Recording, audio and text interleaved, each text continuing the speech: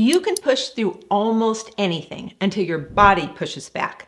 Burnout isn't about willpower, it's about your hormones.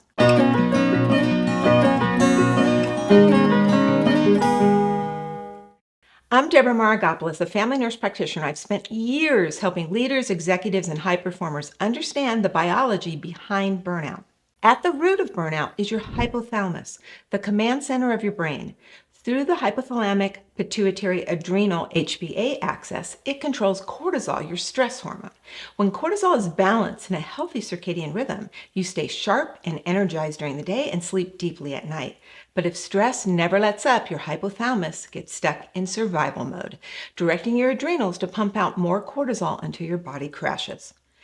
That's when high performers hit a wall. The fatigue, the brain fog, the loss of focus, it's not weakness, it's your biology crying for help. Treating burnout isn't just about stepping back or taking a vacation. You have to rebalance your hypothalamus so your body can recover. Burnout isn't a mental weakness, it's a biological imbalance. If you want sustainable performance, you need to support your hypothalamus. That's exactly why I created Genesis Gold, to help leaders and high performers thrive without burning out. You'll find the link below.